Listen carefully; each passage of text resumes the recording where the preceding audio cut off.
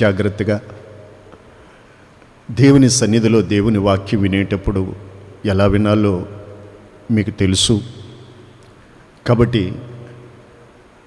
తెలియని వారుగా వలే కాకుండా దేవుని ఎదుట మనం ఉన్నామని, దేవుడు మనతో మాట్లాడుతున్నాడని, ఆ వాక్యం మన మేలు కొరకేనని గుర్తించిన వారై ఈ రాత్రి పూట దేవుని వాక్యాన్ని వినండి. యెహోషువ గ్రంథము 1వ అధ్యాయము 8వ వాక్యాన్ని మనమందరం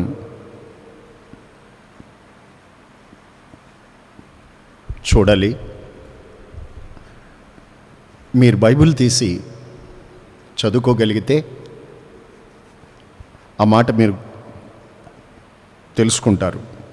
నేను చదువుతున్నాను, వినండి. ఈ ధర్మశాస్త్ర గ్రంథమును నీవు బోధింపక తప్పిపోకూడదు. Praise the lord. హల్లెలూయా. తప్పిపోకూడదు. ఈ రాత్రిని దేవుని బిడ్డలైన వాక్యం వింటున్న మీరందరూ కూడా గమనించండి. దేవుడు యెహోషువతో చెప్పారు ఈ మాట. ఇశ్రాయేలు ప్రజలు ఐగుప్తు దేశంలో 400 ఏండ్లు పైబడి అక్కడ బానిసలుగా ఉండేవారు. ఆ కష్టదశల్లో వాళ్ళు దేవునికి మొరపెట్టారండి. వారి మొర దేవుడు విని, వారి కష్టము, వారి నిట్టూర్పులు దేవుడు చూసి వారిని విడిపించుటకు ఆయన దిగివచ్చారు.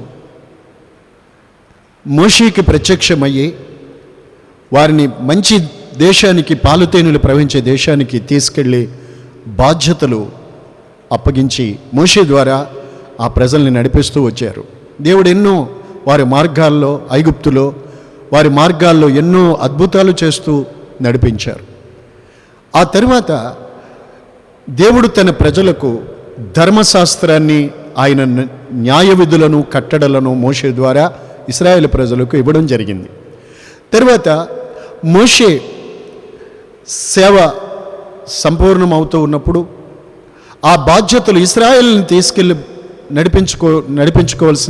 నడిపించవలసిన ఆ బాధ్యత, ఆ భారము మోషే తర్వాత యెహోషువకు దేవుడు అప్పగించారు. అప్పగించి 1వ అధ్యాయంలో దేవుడు చెప్తారు ఆ మాటలన్నీ. మోషేకు తోడై ఉన్నట్టు నేను నీకు కూడా తోడుగా ఉంటాను, నువ్వు భయపడొద్దు, ఏ మనుషుడు నీ ఎదుటి నిలబడ్డు అని ఇలా చెప్తూ నువ్వు ధైర్యంగా ఉండాలి అని చెప్తూ ఈ మాట అన్నారండి యెహోషువతో. నీవు ఈ ధర్మశాస్త్ర గ్రంథాన్ని ఇశ్రాయేలులకు బోధింపక తప్పిపోకూడదు అని. తప్పిపోకూడదు. ఒక బాధ్యత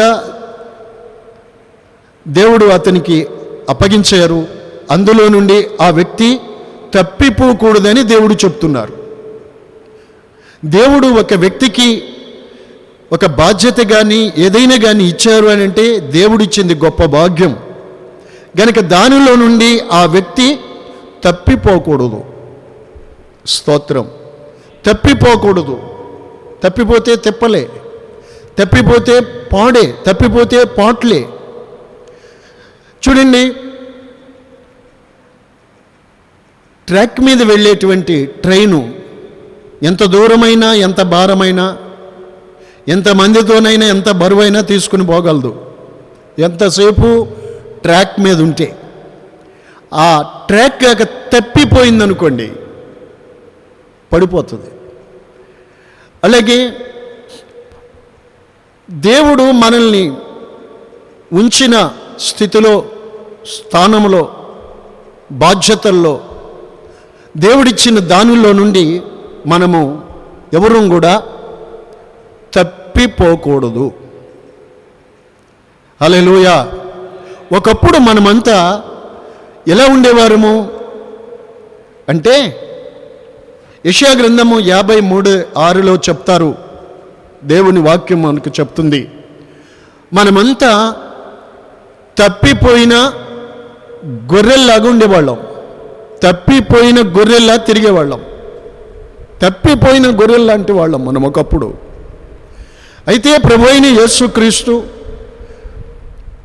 ఆయన మనలను వెతికి రక్షించడానికి ఈ లోకానికి వచ్చి నిన్ను నన్ను ఏ దారిలో ఉన్నావో, ఎక్కడ తిరుగుతున్నావో, ఎక్కడ దారి తప్పిపోయి ఎక్కడ తిరుగుతున్నారో మనల్ని ఆయన వెతికి పట్టుకొని ఆయన మార్గాలలోకి తెచ్చారు, ఆయన దొడ్డిలోకి సంఘంలోకి చేర్చారు. స్తోత్రం. క్షేమకరమైన నీతి కలిగిన దేవుని యొక్క రాజ్య మార్గములోకి తెచ్చారు మనల్ని. హల్లెలూయా, హల్లెలూయా కదండి. ఒకప్పుడు మనమంతా మార్గము తప్పిన దారి తప్పిన గొర్రెల్లా తిరుగుతూ ఉంటే ఏమండి, దేవుడు మనలను ప్రేమించి వెతికి రక్షించి ఆయన యొక్క రక్షణ మార్గంలో పరిశుద్ధమైన మార్గాలలో దేవుడు మనల్ని నిలబెట్టారు, ఉంచారు. స్తోత్రం. కావున మనము దానిలో నుండి తప్పిపోకూడదు, దానిలో నుండి ఎవరు తప్పిపోకూడదు. ఒకవేళ తప్పిపోతే వారు ఏమవుతారు? ఈ రాత్రి వేళ దైవ వాక్యములో నుండి, దేవుని వాక్యములో నుండి మీ అందరితో ఆ మాటలు మీకు తెలియచేస్తాను. రోమపత్రిక 3వ అధ్యాయము 12వ వాక్యాన్ని చదువుకోండి. అక్కడ దైవుని వాక్యం మనకేం చెప్తుందంటే, త్రోవ తప్పి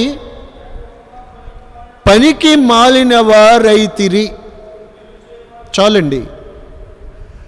ఏమండి, త్రోవ తప్పిన వాళ్ళు ఏమయ్యారు? త్రోవ తప్పిన వారి జీవితాలు ఏమవుతాయి? ఎందుకు తప్పిపోకూడదని దేవుడు ఆనాడు యెహోషువకి చెప్పారు. ఒక విశ్వాసి తప్పిపోతే, దేవునిలో ఉన్న వ్యక్తి దేవుని మార్గాలలో నుండి తప్పిపోతే జరిగే నష్టం ఏమిటి? వారు ఏమైపోతారు? ఒకటి, వారు తప్పిపోయి పనికి మాలిన వారయ్యారట. తప్పిపోయి పనికి మాలిన వారు అంటే యూజ్లెస్, నిరుపయోగం, ఉపయోగం లేదు. దేవునిలో నుండి తప్పిపోతే, దేవుని మార్గాలలో నుండి, విశ్వాసములో నుండి, భక్తి నుండి, పరిశుద్ధతలో నుండి, దేవుడు నీకు ఇచ్చిన స్థానము నుండి తప్పిపోతే, దాము తప్పిన వారు ఏమవుతారు అంటే పనికి మాలిన వారుగా మారుతారు. అందుకే తప్పిపోకూడదు. ఏమండి, తప్పిపోకూడదు. ఒక దైవ సేవకుడు యెహోషువకి దేవుడు చెప్పిన మాట, దేవుడు అతనికి తన ప్రజలను నడిపించే బాధ్యత ఇచ్చారు. ఆ ప్రజలకు దేవుడిచ్చిన ధర్మ విధులను, న్యాయ విధులను బోధించడంలో ఆ సేవకుడు తప్పిపోకూడదు. తప్పిపోకూడదు. చూడండి, ఏ ఏ విషయాలలో తప్పిపోకూడదో, తప్పిపోకూడని సంగతులు, తప్పిపోతే జరిగే నష్టాలు అందులోనే ఉన్నాయి. మీరు ఒక్కొక్కటిగా చూడండి. మొదటి రాజుల గ్రంథము 15వ అధ్యాయం తీసుకుని చదువుతూ ఉండండి. 4వ వచనాన్ని చదువుకుందాం.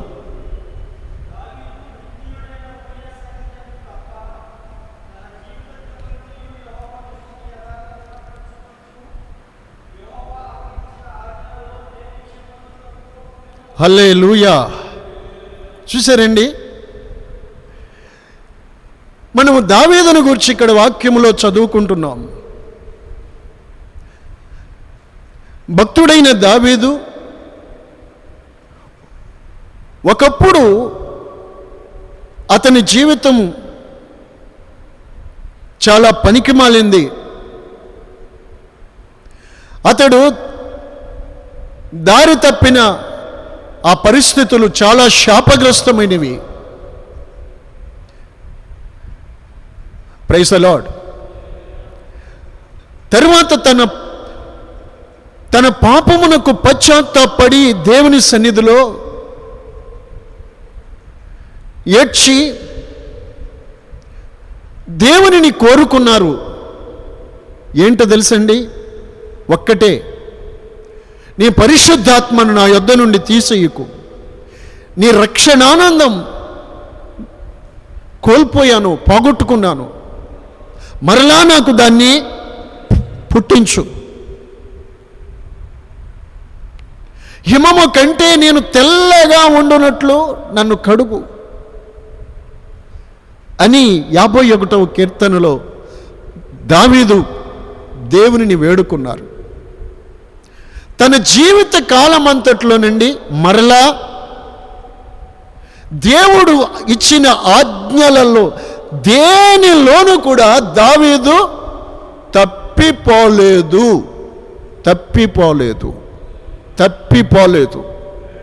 ఈ వాక్యం వింటున్న నా దేవుని ప్రజలారా, మీరు జాగ్రత్తగా ఆలోచించి చూడండి. దేవుని ఆజ్ఞల విషయంలో దావీదు మరలా తప్పిపోలేదు. గనుకే ఆ తర్వాత చదువుకుంటే వాక్యంలో తెలుసుకుంటారు.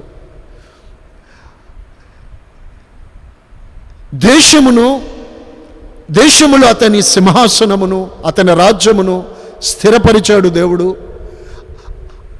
అంతటితోనే దావీదుతో దేవుని కృప ముగిసిపోకుండా ఆ తర్వాత కూడా అతని కుమారులకు దేవుడు అతని కుమారుని కూడా ఒక దీపములాగా దావీదుకి ఉంచాడని అక్కడ ఉంది. Praise the Lord. కొందరు వారి కాలంలో ఒక ఎలుగెలుగుతారు, ఆ తర్వాత ఏముండదు, ఆరిపోవడమే, చీకటే జీవితాలు, కుటుంబాలు, ఇక మరలా వారి పేరు ఉండదు. దావీదును గూర్చి ఒక గొప్ప సంగతి ఇక్కడ మనం చూస్తున్నాం. తన జీవితంలో మరలా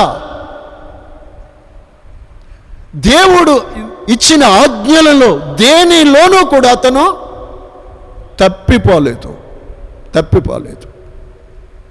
ఎస్, వాక్యం వింటున్నప్పుడే మీరు వింటున్నాము అని మాత్రం దాటిపోవద్దు. వింటున్న మీరు ఈరోజు ఈ వేళ ఒక్కసారి మీ ఎదుట ఈ వాక్యం మాట్లాడుతూ ఉన్నప్పుడు మిమ్మల్ని మీరు ఒకసారి పరిశీలించి చూసుకోండి. దేవుని ఆజ్ఞలలో మీరు తప్పిపోకుండా ఉన్నారా? తప్పిపోకుండా ఆయన ఆజ్ఞలలో దేనిలోనూ మీరు తప్పిపోకుండా ఉన్నారా? అలా ఉంటే దేవునికి స్తోత్రం. హల్లెలూయా, హల్లెలూయా. ఒకవేళ తప్పిపోతే ఏమవుతారు? పనికి మాలిన వారుగా మారుతారు. మీరు పనికి మాలిన వారుగా ఉండడానికి కాదు, దారి తప్పిన గొర్రెల్లా ఉన్నప్పుడు యేసయ్య వచ్చి మిమ్మలను పట్టుకొని తెచ్చి ఆయన రక్తముతో కడిగి సంఘములో, సహవాసములో, ఉపదేశములో నిలిపింది పనికి మాలిన వారుగా ఉండడానికి కాదు. వాక్యము చెబుతుందండి, ఉప్పు నిస్సారమైతే అది దేనికి పనికొచ్చును? ఉప్పు నిస్సారమైతే దేనికి పనికి రాదు. అందుకే యేసయ్య చెప్పారు తన ప్రజలను గూర్చి, మీరు లోకానికి ఉప్పు, తప్పిపోతే మీకు ముప్పు. ఆయన ఆజ్ఞలలో నుండి తప్పిపోతే ఆ వ్యక్తికి ముప్పే. ఆయన ఆజ్ఞలలో తప్పిపోకుండా ఉంటే నువ్వు ఎలా ఉంటావో తెలుసండి? ఉప్పులాగా ఉంటావు. నీ జీవితం అనేకుల జీవితాలకి మాదిరిగా, మహిమకరముగా, ఆశీర్వాదకరముగా ఉండడం జరుగుతుంది. ఆమేన్. హల్లెలూయా, హల్లెలూయా. నిస్సారమైతే, పనికి మాలిందిగా మారితే, నిరుపయోగమైతే, యూజ్లెస్, కాళ్ళతో తక్కబడ్డానికే కానీ మరి దేనికి పనికిరాదు. నా దేవుని బిడ్డలారా, మీరు ఈ వాక్యం వినుచున్నప్పుడు నా ప్రభువు మిమ్మల్ని ప్రేమించి దారి తప్పి గొర్రెల వల్లే ఉన్న మనల్ని అందరినీ ప్రభువు ఆయన ఘనమైన నామాన్ని బట్టి, ఆయన ఉన్నతమైన ప్రేమను బట్టి మనల్ని రక్షించుకున్నారు. ఆయన ఆజ్ఞల విషయంలో దేనిలోనూ కూడా తప్పిపోకూడదు. ఈ వాక్యం మీ గుండెల్లో స్థిరపరచబడాలి. హల్లెలూయా. తప్పిపోకూడదు. Praise the lord, praise the lord. ఆయన ఆజ్ఞలలో తప్పిపోకూడదు.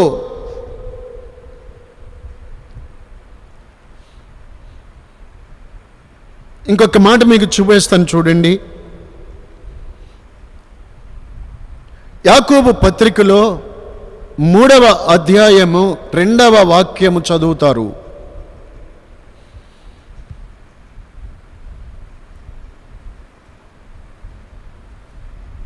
చదవండి.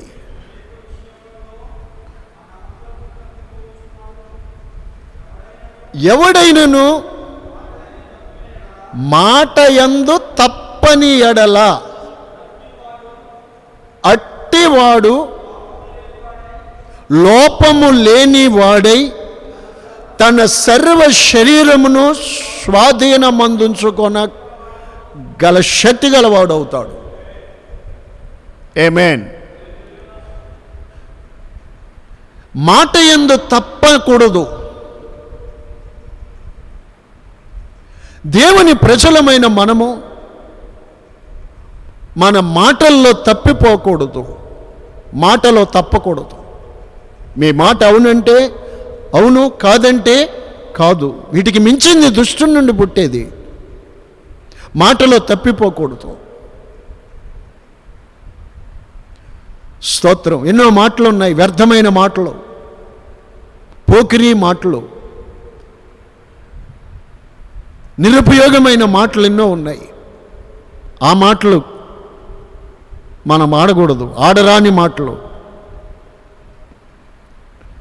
ఏమండి, మనము దేవుని ప్రజలమైన మనము మాటలో తప్పిపోకూడదు.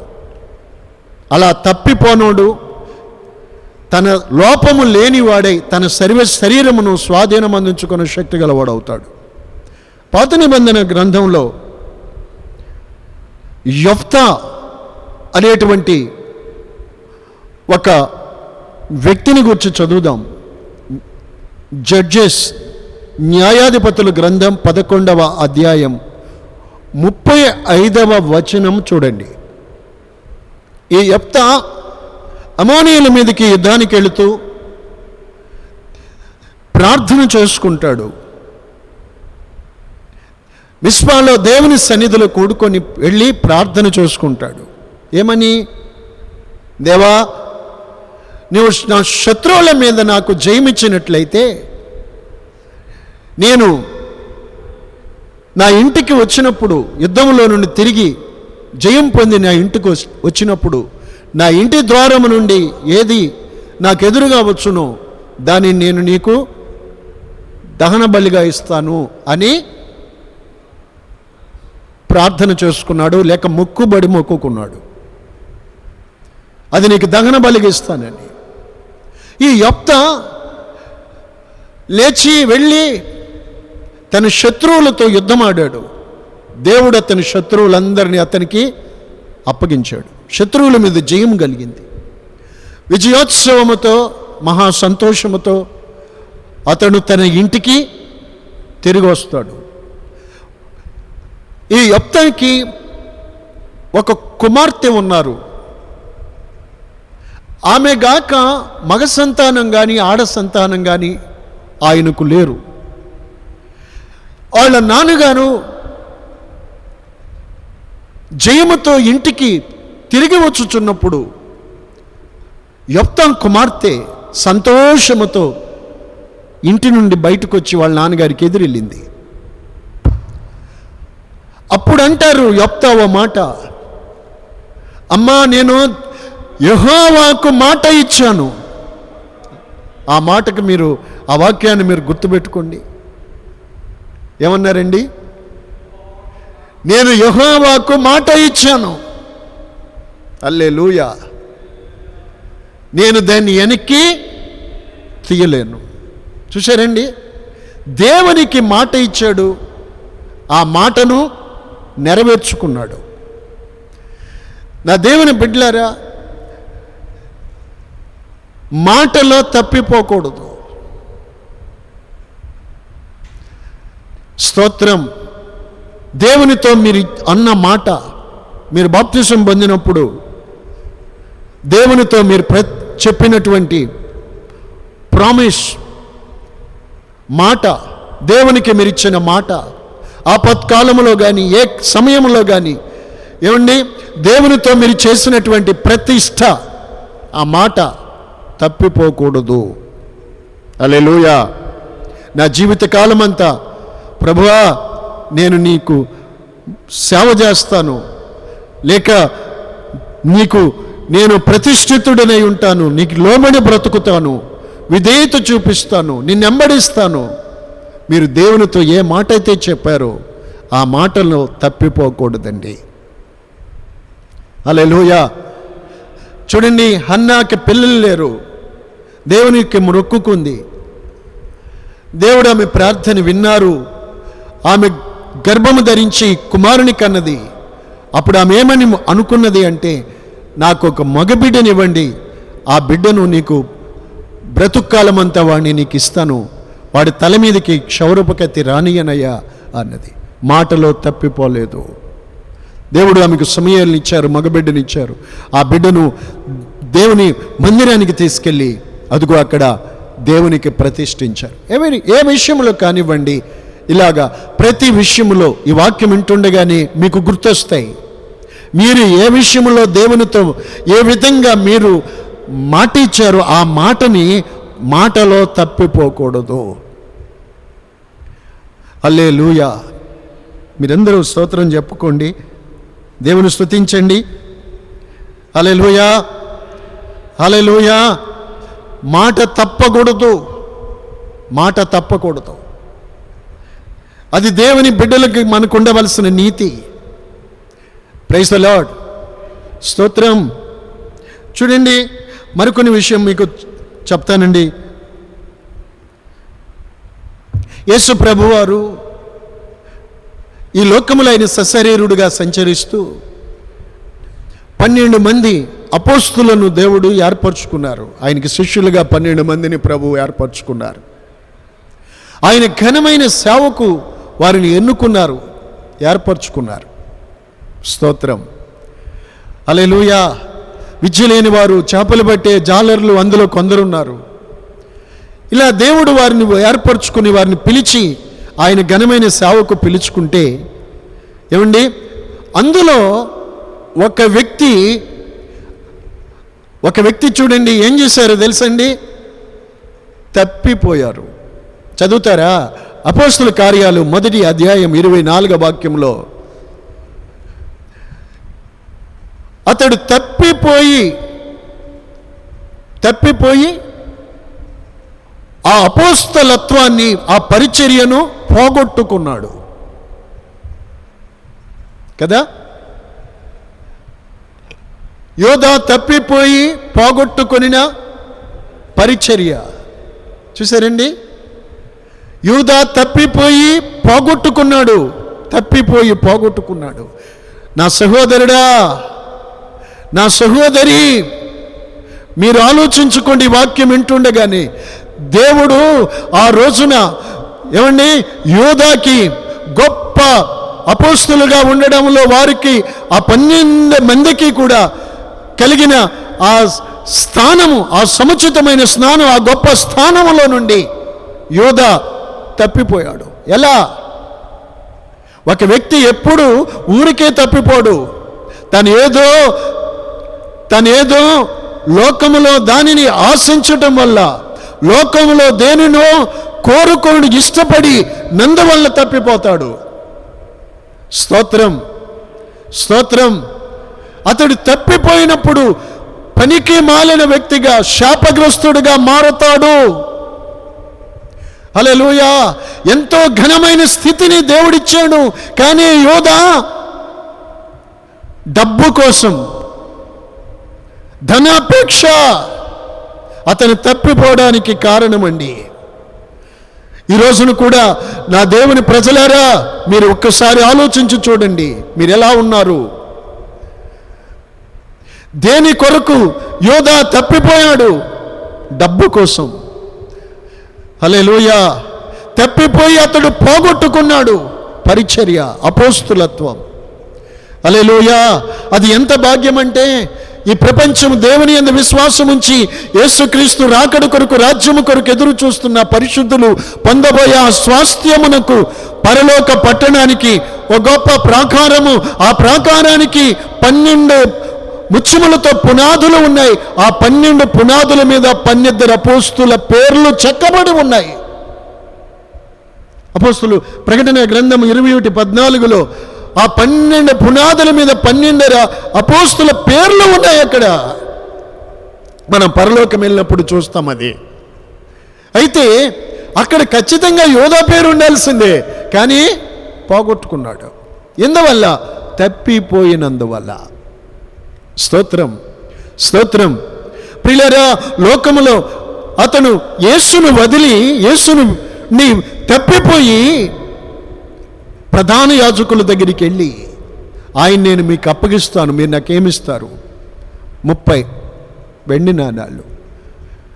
వాటికి చాలా సంతోషించాడు. ఆ డబ్బుతో కొన్ని క్షణాలు మాత్రమే.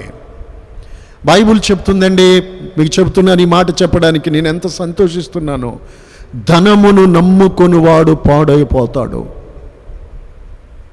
ఏమైపోతారు చెప్పండి మాట?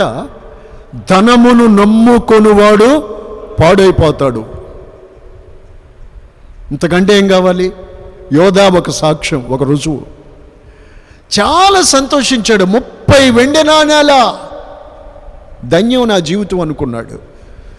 ఆ 30 వెండి నాణ్యాలు తీసుకోగానే సాతాను అతనిలోకి ప్రవేశించాడు. యేసును అమ్ముకున్నాడు. తప్పిపోయాడు. 12 మందిలో నుండి, అపోస్తలత్వంలో తప్పిపోయాడు, పరిచర్యలో తప్పిపోయాడు, ఈ పరిశుద్ధుల సహవాసం నుండి, పరిశుద్ధమైన స్థితిలో నుండి తప్పిపోయాడు. సాతాను ప్రవేశించింది, తప్పిపోయాడు. అతని హృదయంలోకి లోకం ప్రవేశించింది. డబ్బు అతని హృదయమును వశపరుచుకుంది, తప్పిపోయాడు. అంతేనండి. చివరికి ఏమైంది? తప్పిపోయి, అపోస్తుల పరిచర్యలో నుండి తప్పిపోయి ఉరిపోసుకొని చనిపోయాడు. ముగింపు చూశారా? చూశారా? అందుకే నా దేవుని ప్రజలారా, తప్పిపోకూడదు, తప్పిపోకూడదు. స్తోత్రం, స్తోత్రం. హల్లెలూయా. తప్పిపోవటం అంటే ఏమిటో ఒక గొప్ప అర్థముతో కూడినటువంటి సంగతి మనకు లూకాసు వార్త 15వ అధ్యాయంలో ఉంది.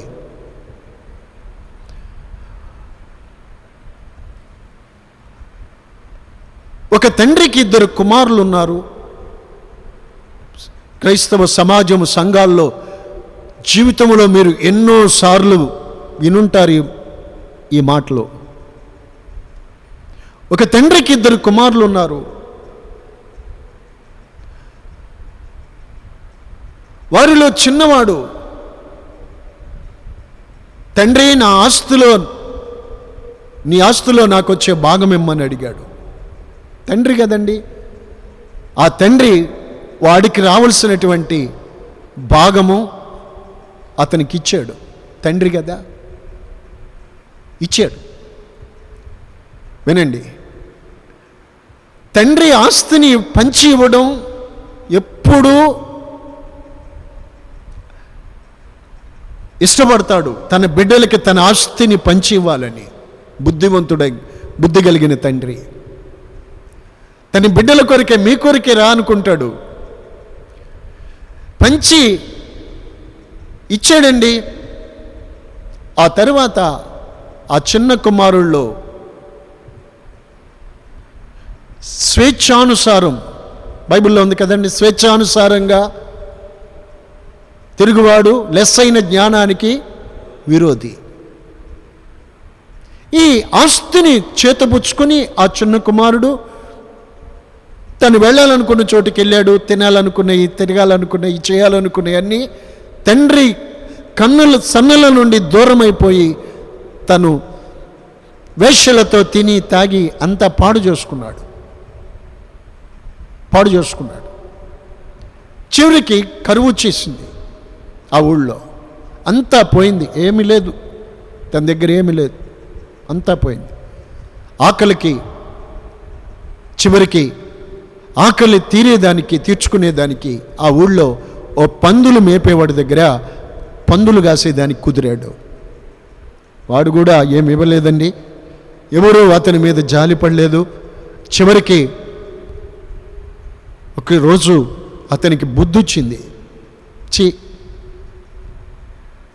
నా తండ్రి ఇంట ఎంతోమంది కూలివాడికి కూడా సమృద్ధి ఆహారం ఉంది, నేనైతే ఇక్కడ ఆకలికి చచ్చిపోతున్నాను అని అనుకుని బుద్ధి వచ్చింది. అప్పుడు లేచి, తండ్రి నీకు విరోధంగా, పరలోకానికే విరోధంగా నేను పాపం చేశాను అని పశ్చాత్తాప హృదయంతో తండ్రి ఇంటి ముఖం పట్టాడు. తండ్రి ఇంటికి రాగానే వాడిని చూసి వాడి మెడ మీద పడి ముద్దు పెట్టుకుని ఆయన మహా సంతోషముతో అతన్ని చేర్చుకుంటాడు. తన దాసులను చూచి చెప్తాడు, ప్రశస్త వస్త్రం త్వరగా తీసుకురండి, వీనికి తొడిగించండి, చెప్పులు తీసుకురండి, తొడిగించండి, ఉంగరం పెట్టండి, క్రొవ్విన పశువులు వధించండి, మనము సంతోషపడదాం. అక్కడ చూడండి 24వ వాక్యం అనుకుంటా, ఈ నా కుమారుడు చనిపోయి మరలా బ్రతికెను, తప్పిపోయి దొరికెను అన్నారు. అంటే తప్పిపోవడం అంటే ఏంటి? తప్పిపోయాడు. ఆ తప్పిపోయిన వాడిని గురించి తండ్రి ఏమన్నాడు? తప్పిపోవడం చనిపోవడంతో సమానం. ఒక వ్యక్తి దేవునిలో నుండి తప్పిపోతే అది ఒకవేళ భౌతికంగా బ్రతుకుండొచ్చు, చావడంతో సమానం. అది చచ్చిపోయినట్టే, జీవం లేదు. నిత్య జీవాన్ని ఒక వ్యక్తి దేవునిలో నుండి తప్పిపోతే నిత్య జీవాన్ని అతడు పోగొట్టుకున్నాడు.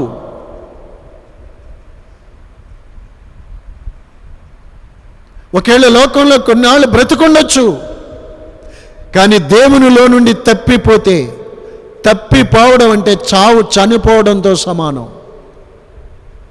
స్తోత్రం. అందుకే ఆ తండ్రి అంటాడు, తిరిగి వచ్చాడు గనక అతడు బ్రతికేను అని. తప్పిపోయి దొరికాడు, చనిపోయి బ్రతికాడు. హల్లెలూయా. తప్పిపోవడం చనిపోవడంతో సమానం. తిరిగి వచ్చాడు గనక అది బ్రతుకుట అయినది. హల్లెలూయా. నా దేవుని బిడ్డ, నా దేవుని కుమారుడా, నా దేవుని బిడ్డలారా, ప్రైజ్ ది లార్డ్. ఒకవేళ మీరు మీ తండ్రి, పరమ తండ్రి సన్నిధిలో నుండి తప్పిపోతే ఆయన యందలి విశ్వాస జీవితములో నుండి తప్పిపోతే, ఆయన ఇల్లు అనగా సంఘములో నుండి, పరిశుద్ధ సహవాసములో నుండి, దేవుని ఉపదేశాలలో నుండి, ఆయన ఆజ్ఞలలో నుండి తప్పిపోతే ఎలా మారుతారు? తప్పిపోయిన వారు పనికి మాలిన వారుగా మారుతారు. స్తోత్రం. తప్పిపోయిన వాడు పోగొట్టుకున్నాడు, పరలోక రాజ్యాన్నే పోగొట్టుకున్నాడు. అపోస్తలత్వాన్ని, పరిచర్యను యోధా తప్పిపోయి పోగొట్టుకున్నాడు. అతడు పోగొట్టుకుంటే వాళ్ళు చీట్లేసి ప్రార్థన చేస్తే మరొకడు దానిని, యోధా తప్పిపోయి పోగొట్టుకున్న పరిచర్యలో మరొకడు పాలువాడయ్యాడు, పొందుకున్నాడు. మతియా పేరట వచ్చింది చీటి. అందుకే ఈ రాత్రి పరిశుద్ధాత్మ దేవుని మాటలు మనం వినబడుతున్నాయి, మనం వింటున్నాము. తప్పిపోకూడదు. నువ్వెవరైనా సరే, యెహోషువతో చెప్పాడు దేవుడు, నీవు తప్పిపోకూడదు. స్తోత్రం. దేవుడు నీకు ఇచ్చిన బాధ్యతల్లో నుండి, పరిచర్యలో నుండి తప్పిపోకూడదు. అందులో నుండి తప్పిపోకూడదు. తప్పిపోకూడదు. స్తోత్రం. హల్లెలూయా. దావీదు ఆయన ఆజ్ఞాపించిన ఆజ్ఞలలో దేని విషయములోనూ తప్పిపోలేదు. ఆయన ఆజ్ఞలలో తప్పిపోకూడదు. Praise the lord. యొప్తా దేవునికిచ్చిన మాటలో చూసారండి, కుమార్తెనైనా గొర్రెపిల్లలాగా దహన బలి ఇవ్వడానికి మొక్కుకున్నాడు. కుమార్తె ఎదురొచ్చింది. దేవునికిచ్చిన మాట తప్పలేదు. మాట తప్పకూడదు. మీరు దేవునితో నాడు కష్టములో, ఆపదలో, దేనదశలో మీరు దేవునికిచ్చిన మాట మీ జీవితంలో తప్పిపోకూడదు. మాటలో తప్పిపోతూ ఉంటే మీ శరీరాన్ని మీరు స్వాధీనపరుచుకోనగలిగిన శక్తి మీకు లేదు. అది లోపమే. మాటలో తప్పని వాడైతే అతడు లోపము లేనివాడు. మాటలో తప్పకూడదు. మాటలో తప్పితే అది లోపమే. Praise the lord. Hallelujah, hallelujah. యోధా తప్పిపోయినాడు దేవుడిచ్చిన ఘనతలో నుండి. తప్పిపోయినందువల్లే శాపగ్రస్తుడుగా మారి ఉరేసుకున్నాడు. మానుల వేలాడదీయబడిన ప్రతివాడు శాపగ్రస్తుడు. ఏమండి, అందుక యోధాని దేవుడు నియమించింది కాదే. స్తోత్రం. హల్లెలూయా. చివరికి శాపగ్రస్తుడికి ఎందుకు మారావు? తప్పిపోయినందువల్లే. ఈరోజు దేవుని బిడ్డలారా, దేనికోసమో నువ్వు తప్పిపోకూడదు. తప్పిపోతే యోధా పరిస్థితి చివరికి శాపగ్రస్తంగా మారిపోయింది. అలా అవుతానని అతను అనుకోని ఉండడు. ఈ డబ్బుతో నేను బాగుంటానని అనుకుని ఉంటాడు. ధనమును నమ్ముకున్నందువల్ల పాడైపోతారు. మోసపోకుండే దేవుడు వెక్కిరించబడుడు. అపోస్తల ఉపదేశములో, బోధలో నిలిచి ఉండండి. మనము ప్రభువు రాకడ సమీపిస్తున్న కాలములో మనమున్నాము. రెండు చేతులు ఎత్తి ప్రభువుని స్తుతులు చెల్లించండి. హల్లెలూయా, హల్లెలూయా. ఒక విశ్వాసి తప్పిపోవడం అంటే తండ్రి ఇంటిలో నుండి తప్పిపోయిన కుమారుని గూర్చిన గాథలో మనకు అర్థమవుతుంది. ఏమండి, తప్పిపోవడం అంటే చనిపోవటంతో సమానం. నీవు దేవునిలో నుండి తప్పిపోతే, విశ్వాసములో నుండి నీ తండ్రిని, దేవుని విడిచి మరలా నీ విగ్రహారాధికుడిగా వెళ్ళినా, లేక చేయరాని కార్యాలు చేస్తూ ఉన్నా, తప్పిపోయిన వ్యక్తివైతే గాక, భక్తిహీనుడిగా మారిపోయినా తప్పిపోతే గాక, అదేమిటండి? చనిపోవటంతో సమానం. తప్పిపోయి బ్రతకాడు, చనిపోయి బ్రతికాడు, తప్పిపోయి దొరికాడు. హల్లెలూయా. తప్పిపోకూడదు. ప్రాణార్పణముగా, సజీవ యాగముగా మనలను మనము దేవునికి అర్పించుకోవాలి. మరలా వెనక్కి తీసుకొని రాదే. ఈ మాటలనుచున్న నా దేవుని బిడ్డలారా, ఒకసారి విన్నాము అని మాత్రం మీరు అనుకోవద్దు. వింటున్న మీరు ఎలాగ దేవుని యందు మీరు నిలిచున్నారో, ఎలాగ మీరు ప్రభు ఎదుటి లోకంలో జీవిస్తున్నారో బాగా ఆలోచించండి. స్తోత్రం. హల్లెలూయా, హల్లెలూయా, హల్లెలూయా.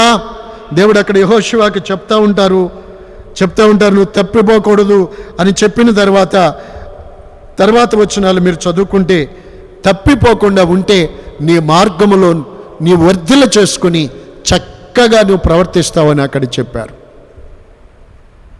ఉందో చూడండి అక్కడ. నువ్వు తప్పిపోకుండా ఉంటే, బోధించడంలో తప్పిపోకుండా ఉంటే నీ మార్గాలు నువ్వు వర్ధిల్ల చేసుకొని చక్కగా ప్రవర్తిస్తావని చెప్పారు. తప్పిపోతే పనికిమాలిన వాళ్ళు గాను, శాపగ్రస్తులు గాను, చివరికి చావవలసిన వారు గాను మారుతారు. అందుచేత ఈ రాత్రి ఈ సందేశం మీరు వింటూ ఉండగానే యథార్థంగా మీ హృదయాలు మీరు పరిశీలన చేసుకోండి. దేవుడు అంటున్నాడు, ప్రభు అంటున్నాడు, మీరు తప్పిపోకూడదు.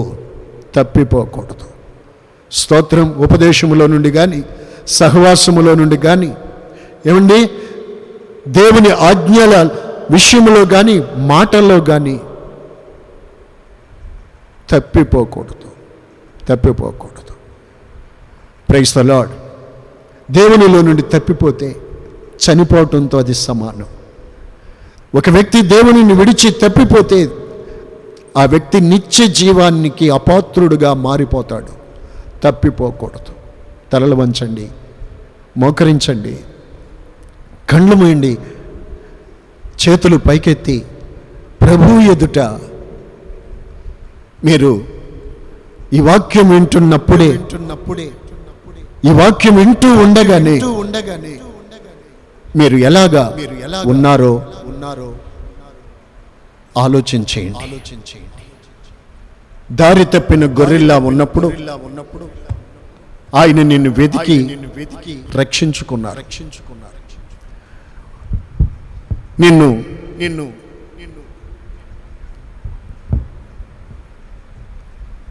ప్రేమించి నీ మేలు కొరకు ఆయన ఆజ్ఞలను, కట్టడలను ఇచ్చారు. ఎన్నో ఇహపరములలో గొప్ప ఆశీర్వాదాలకు నిన్ను పాత్రునిగా మార్చాలని ఆయన కోరుకుంటున్నారు. అందులో నుండి మీరు ఒకవేళ తప్పిపోయిన వాళ్ళుగా మారితే, తప్పిపోయి తిరుగుతుంటే, యోధా పత్రికలో ఉంటది, అక్కడ భక్తిహీనుల గురించి మార్గము తప్పి తిరుగు చుక్కల్లాగా ఉన్నారు కొందరు, వారి కొరకు గాఢాంధకారం భద్రపరచబడి ఉంది. మార్గము తప్పి తిరిగితే వారి కొరకు గాఢాంధకారం భద్రపరచబడి ఉంది. మరి మీరు మార్గము తప్పి తిరిగే చుక్కల్లాగా ఉన్నారా? తప్పిపోకుండా ఆయన ఆజ్ఞలలో నిలిచిన దావీదులాగా, తప్పిపోకుండా తన మార్గాలలో వర్ధల చేసుకుని చక్కగా ప్రవర్తించిన యెహోషువలాగా మీరు ఉన్నారో చూసుకోండి. నా దేవుడు చెప్తున్నారు ఈ మాటలు, ప్రభువు మీతో చెప్తున్నారు, మనందరితో చెప్తున్నారు, నీవు తప్పిపోకూడదు. దేవునిలోనే ఉన్నాను అని అనుకుంటున్నారా? సంఘములో ఆరాధనలకు అటెండ్ అవుతున్నాను, క్రైస్తవుల మధ్యలోనే క్రైస్తవులుగానే కనబడుతున్నావు. ఒకవేళ సహవాసములో ఉంటున్నా, ఉపదేశాలు వింటూనే ఉంటున్నా, నీ హృదయాంతరంగములో, నీ ప్రవర్తనలో, నడవడిలో, ఆత్మీయతలో నీవు ఒకవేళ తప్పిపోయిన అనుభవాలు గుర్తించకుండా ఉంటే ఈ రాత్రి పశ్చాత్తాపడి బుద్ధి తెచ్చుకుని తండ్రి ఇంటికి తిరిగి వచ్చిన ఆ కుమారునిలాగా తిరిగి రాగలిగితే నీ జీవితం బాగుంటుంది. ప్రభు యేసు త్వరగా రాబోతున్నారు. నా ప్రభు యేసు త్వరగా రాబోతున్నారు. Jesus is coming soon. యేసు రాకడ త్వరగా సంభవించనయున్నది. మనం ఆయన రాకడకు ఎదుర్కోవడానికి సిద్ధపడవలసిన వారమై ఉన్నాము. మనము వెళ్ళిపోయి ఆయనతో ఉండడానికి ఆ గడియ సమీపంగా ఉన్నది. మీరు తప్పిపోకూడదు.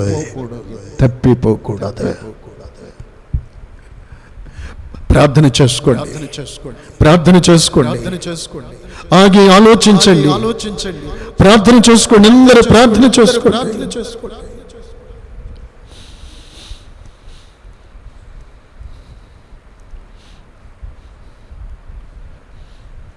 ప్రార్థన చేసుకోండి. అదిగో నీ ఎదుట నిలిచి నీ హృదయాంతరంగాన్ని చూస్తున్న దేవుడు నా ప్రభు అయిన యేసు.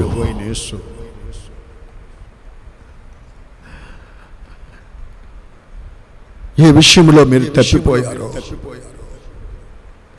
ఎక్కడ మీరు తప్పిపోయారో గ్రహించి ఆ తప్పిపోయిన స్థితిలో నుండి బుద్ధి తెచ్చుకొని తిరిగి వచ్చి పశ్చాత్తాపముతో తండ్రి ఇంటికి చేరిన వ్యక్తి వలె మీరు రాగలిగితే నా ప్రభు యేసు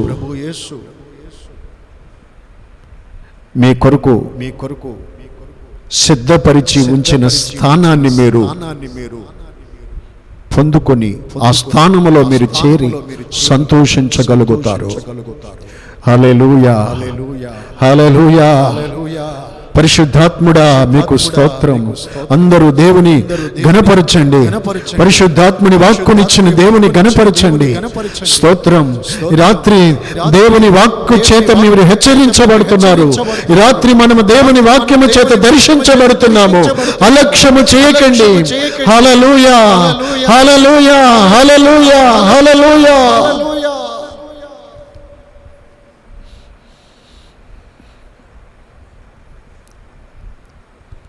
పరిశుద్ధుడా, ప్రేమాస్వరూపి యేసయ్యా నీకు స్తోత్రములు. ప్రభువా, ఇంతవరకు తండ్రి నీ వాక్యము ద్వారా నీ ప్రజలమైన మా అందరితోనూ మీరు మాట్లాడుతూ వచ్చారు. నీ వాక్యము ద్వారా మా తండ్రి ఆత్మలను దర్శించారు. దేవా నీకు స్తోత్రం, స్తోత్రం. పరిశుద్ధాత్ముడా నేను ఘనపరుచుచున్నాము. దేవా, ఇదిగో వాక్యం విన్న ఒక్కొక్కరిలోను, వాక్యం వింటున్న ప్రతి వ్యక్తిలోను మీ ఆత్మ కార్యము జరిగించండి. వారు గ్రహించినట్లు వారి మనస్సులో తెరవండి. వారు గ్రహించినట్లు వారి మనస్సులు తెరవండి.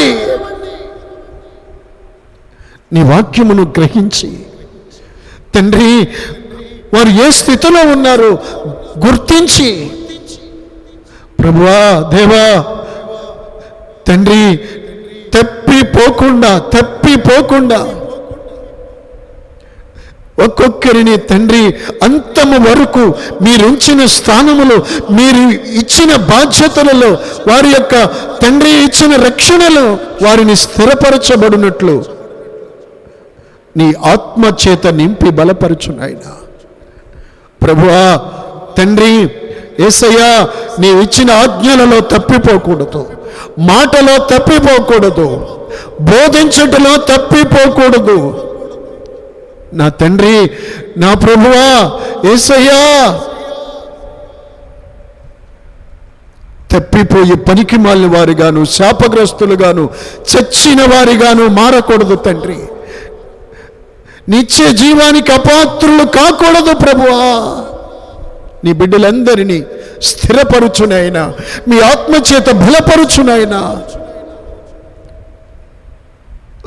వాక్యం విని తండ్రి, వాక్యం విని ప్రభువా పశ్చాత్తాపడే ప్రతి వ్యక్తిని తిరిగి నూతన పరిచి, పరిశుద్ధపరిచి, ఆసక్తి కలిగిన ఆత్మతో నింపి నీ రాకడికి, రాజ్యానికి సిద్ధపరచండి ప్రభువా. నా తండ్రి నీకు స్తోత్రం, స్తోత్రం, స్తోత్రం. ఇంకను కృపతోనూ నింపి బలపరిచి నడిపించమని వేడుకుంటున్నాం. ఈ వాక్యం విన్న ప్రతి ఒక్కరిని ఆశీర్వదించండి, ఆశీర్వాదకరంగా నడిపించండి, బలపరచండి, ఉజ్జీవపరచండి. దేవా నీకు స్తోత్రములు తండ్రి. ఎవరైనా బలహీనంగా ఉంటే వారిని బాగు చేయనాయనా. అనారోగ్యంగా ఉన్న వారిని స్వస్థపరచు తండ్రి. నీ ప్రభావం ఇప్పుడే వారిలోనికి పంపండి ప్రభువా. మీకు స్తోత్రం, మీకు మహిమ తెచ్చుకోండి అయ్యా.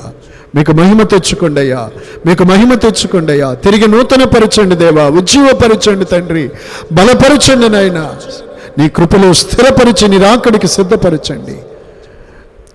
వారి జీవితంలో మీరు వాక్యం వింటుండగానే ఆత్మకార్యాలు జరిగించి మహిమ పొందండి దేవా. తిరిగి నాయన తండ్రి ఉన్నతమైన ఆధ్యాత్మిక అనుభవాల్లోకి నడిపించబడినట్లు సహాయం చేయండి. ప్రతి ఒక్కరిని మీకు నిత్య కృపలో స్థిరపరిచి రాకడికి రాజ్యానికి సిద్ధపరచుమని మా ప్రాణప్రియుడైన యేసుక్రీస్తు పరిశుద్ధ నామములో ప్రార్థించి వేడుకొనుచున్నాము తండ్రి. ఆమేన్, ఆమేన్.